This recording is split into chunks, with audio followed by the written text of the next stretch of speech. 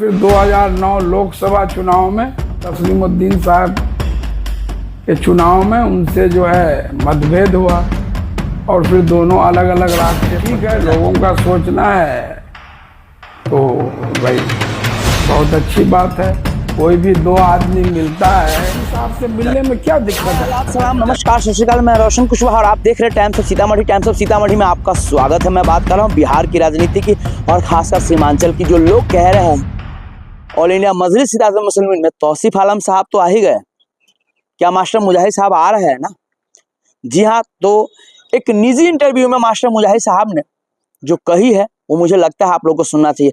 जो बहुत सारे हवाल लोग बना रहे थे कि मास्टर मुजाहिद साहब और प्लस अख्तरुल इमाम साहब में 36 का आंकड़ा है, कभी भी ऑल इंडिया मजलिस इत्तेहादुल मुस्लिमीन में मास्टर मुजाहिद साहब नहीं आ सकते हैं। मास्टर मुजाहिद साहब ने कहा है कि कब अख्तरुल इमाम जो बिहार के एमएम के प्रदेश अध्यक्ष हुआ, आमोर से विधायक भी है, कब उनसे अनबन हुई और कब उनके रिश्ते ठीक थे, पहले ये आप वीडियो सुनिए उनकी। अख्तर साहब ने कहा है कि मास्टर साहब हमारे छोटे भाई और कभी आप लोग साथ में रहा करते थे। उन्होंने दरवाजा खुला रखा है सर, क्या आप उनका वेलकम स्वीकार करेंगे? मैंने ठीक है, मैं कहाँ कह रहा हूँ कि वो बड़े भाई नहीं हैं। हम लोग 2001 से लेके 9 तक साथ रहे हैं। जब जिला परिषद का चुनाव लड़े, अच्छे ताल्लुकात थे, अच्छे संबंध थे। और फिर 2009 लोकसभा चुनाव में जो है मरहूम सीमांचल गांधी तस्लीमुद्दीन साहब के चुनाव में उनसे जो है मतभेद हुआ और फिर दोनों अलग अलग रास्ते पर चल पड़े।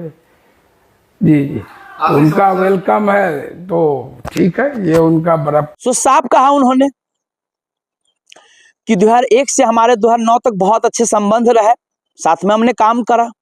और 2009 में जब चुनाव था लोकसभा का तस्लीमुद्दीन साहब का, उसी समय हमारी अनबन हुई। अगर वो ये बातें कह रहे कि बड़े भाई हैं तो ये उनकी बड़प्पन है। मतलब आप समझ सकते हैं राजनीति में भैया ऐसा परमानेंट ना कोई दोस्त होता है ना कोई दुश्मन होता है। उसके बाद यही नहीं कि ओवैसी साहब आ रहे हैं सीमांचल में, ओवैसी साहब से आप मिलना चाहिए। बिल्कुल हम मिलना चाहेंगे ओवैसी साहब से। ओवैसी साहब से हमारी पर्सनली दुश्मनी थोड़ी है कोई।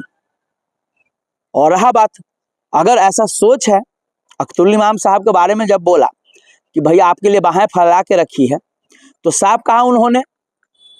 और ये मैं क्यों सुनवा रहा हूं, किस लिए आप लोगों को सुनना भी चाहिए, क्योंकि इस बयान में बहुत बड़ा मायने है। मुजाहिद साहब से जब सवाल किया गया कि आप और अख्तरुल इमाम एक साथ ये दोनों आप आ जाते हैं तो सीमांचल की राजनीति बिल्कुल तरीके से चेंज हो जाएगी। इस पे उन्होंने कहा कि बिल्कुल सही बात है और उन्होंने तर्क देके बताया भी। सुनिए उनकी ही जुबानी।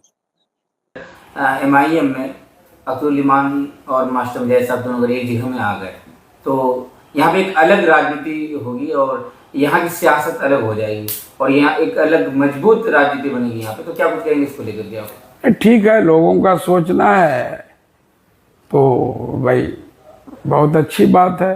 कोई भी दो आदमी मिलता है, चाहे वो कोई भी हो, तो मजबूती होती है। दो एक से ज़्यादा आदमी कहीं भी मिलेंगे जो अलग अलग अपोजिट डायरेक्शन में थे, तो ये सब पर लागू होता है। ओवैसी साहब के लिए बाहें फैलाकर गले मिले, सब ओवैसी साहब से मिलने में क्या दिक्कत। देखा, बोला कि एक साथ आने से तो स्वाभाविक बात है, अगर दो दिशा में चले, अगर एक साथ आते हैं तो सीधी सी बात है भैया, वहां पे तो बल्ले बल्ले होगी। क्या होता है राजनीति में, जब तक आप उस पार्टी में चले नहीं जाते जिस पार्टी में आपको जाना है, तब तक उस पार्टी के बारे में आप खुल के नहीं बोल सकते, क्योंकि आप तो अभी गए नहीं, इसीलिए वो बच बचा के ही बोलते रहे। लेकिन इतना तो तय है कि जो बार बार मास्टर मुजाहिद साहब यही कहते हैं कि हम जनता के बीच में है और जनता हमारी देख रही है, सुन रही है, जनता हमें जो राय विचार देगी हम वो करेंगे। तो जनता बिल्कुल यही कह रही है, कोचा धमन की जनता, मास्टर मुजाहिद साहब को, कि आप ऑल इंडिया मजलिस इत्तेहादुल मुस्लिमीन में शामिल हुई, क्योंकि वही पार्टी है जो आपको जिता सकती है। क्योंकि 2020 के विधानसभा चुनाव में भी मास्टर मुजाहिद साहब ने देख लिया क्या हासिल हुआ था। जी हाँ, हार गए थे। और इसीलिए मास्टर मुजाहिद साहब को लगता है चाहे कि हम जन स्वराज में जाएंगे, शिवलांडे की पार्टी में जाएंगे और वहाँ पे हमें मतलब जीत हो जाएगी, तो ऐसा नहीं है, क्योंकि हवा सीमांचल में इस बार ऑल इंडिया मजलिस इत्तेहादुल मुस्लिमीन की तरफ है। और हवा के करवट आज तक कोई भी कितना भी बड़ा नेता हो, जब हवा के दिशा को उल्टा बदलने की कोशिश की है तो वो नेता खुद ही फिर उलट जाते हैं, मतलब हार जाते हैं। ये सच्चाई है, रियलिटी है, चाहे कितना भी आपका नाम और कद क्यों ना हो। और वहाँ की कोचा धमन की आवाम साफ साफ कह रही है मास्टर मुजाहिद साहब को कि आप ऑल इंडिया मजलिस इत्तेहादुल मुस्लिमीन में आइए। और बहुत सारे लोग कहते हैं कि भैया मास्टर मुजाहिद साहब में ऐसा क्या है।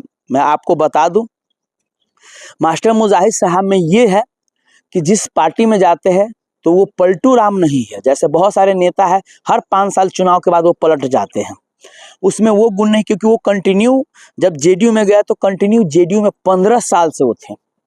चाहे बहुत सारी बातें हुई, आपको मैं बता दूं, आज वक्फ बोर्ड बिल को लेकर हुआ तब ना वो रिजाइन दिया है। उससे पहले भी सीए हुआ, एनआरसी हुआ, बहुत सारे लोग कह रहे थे आप कैसे उस पार्टी में है, ये है वो है, लेकिन उन्होंने अपने आप को रखा, धैर्य रखा। इसीलिए लोगों की चाहत है, जो आवाम है, वहाँ की जनता है, उनका कहना है कि मास्टर मुजाहिद साहब अगर ऑल इंडिया मजलिस इत्तेहादुल मुस्लिमीन में आते हैं तो ये तो फिर पलटने वाले हैं नहीं। ये कोचा धमन से जीतेंगे विधायक तो ऑल इंडिया मजलिस में ही रहेंगे, ये पलटने वाले हैं नहीं, बिल्कुल नहीं पलटी करेंगे।